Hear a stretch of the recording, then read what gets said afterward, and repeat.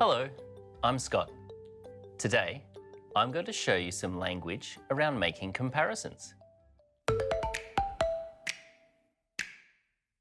It's important to know how to use a variety of language to make your comparisons. It makes your writing more interesting. We're going to learn how to make comparisons between two or more things using adjectives, adverbs, and discourse markers. First, we have comparative and superlative adjectives. We use comparative adjectives when comparing two things. We use superlative adjectives when talking about three or more things and focusing on the first or last in the group.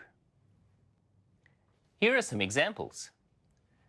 Smith's argument was clearer than Amina's.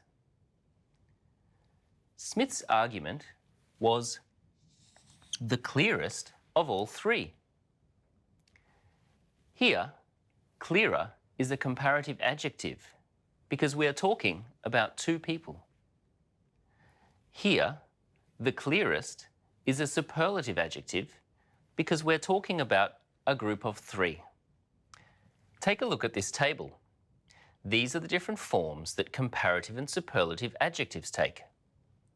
For a one-syllable adjective, like clear, it becomes clearer and the clearest. For two or more syllable adjectives, like logical, it becomes more logical and the most logical. For two-syllable adjectives ending in y, like wealthy, we add IER or IEST, so it becomes wealthier and the wealthiest. For irregular adjectives, take a look at the change here. Good becomes better or the best. Bad becomes worse or the worst. Let's look at some sentences now. Keep a lookout for the adjectives and think about what type they might be as you read them. Smith gives a clearer analysis of the issue. Amina includes more logical examples to support her opinion. Of the three authors, Rowan gives the strongest argument. Here are other sentences which have other patterns. Chen claims that education is as useful as increasing taxes. Chen's claim is the least believable. Another group of words, adverbs, can also be used like comparative and superlative adjectives, but to compare actions or adjectives rather than nouns or things. Here's an example. Smith supported his argument more effectively than Franklin. Here, more effectively is the comparative adverb. These are the different forms that comparative and superlative adverbs take. Hard becomes harder or the hardest.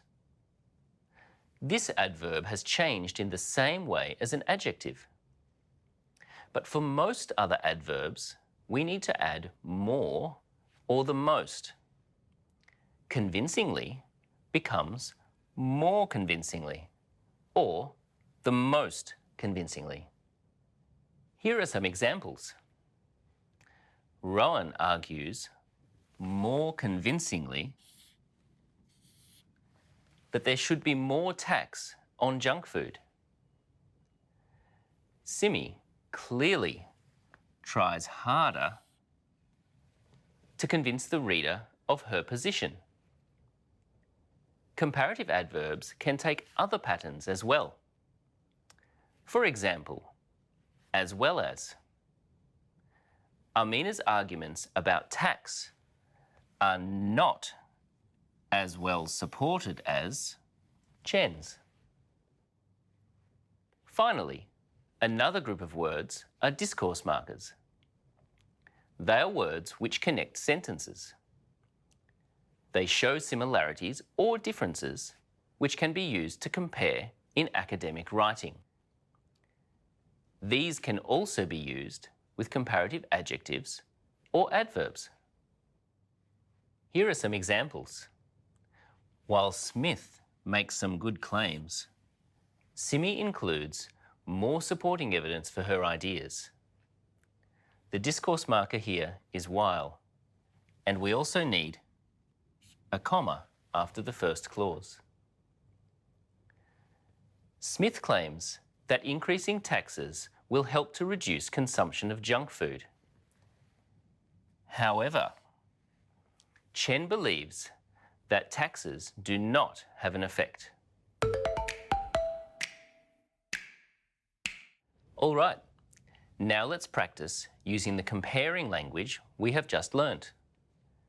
I'm going to show you 2 sentences and give you a joining word as a clue. It's in the bracket.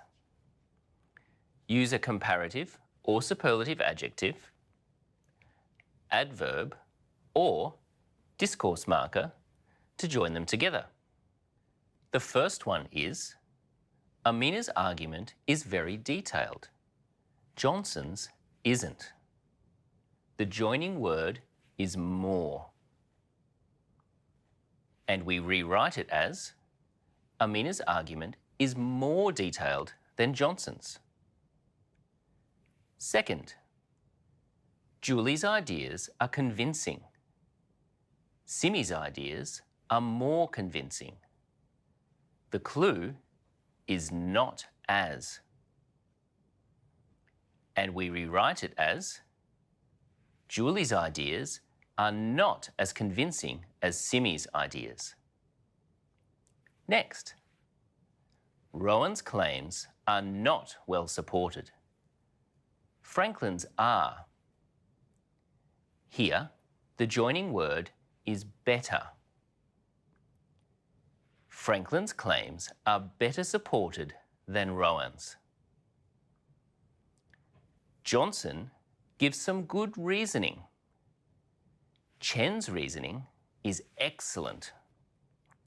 The clue is although. We can rewrite it as, Johnson gives some good reasoning, although Chen's reasoning is excellent. And finally, Ling and Smith's arguments are stronger than Rowan's. The joining word is weakest. We can rewrite it as, Rowan's arguments are the weakest. How did you go? Did you get all of them right? Well done if you did. Here are some tips to help you with what you've learnt today. Try to use comparative language when speaking and writing. When reading and listening, notice when comparative language is used and the structures used. Don't overcomplicate your own language. Good English equals clear English. Thanks for joining me today. Bye.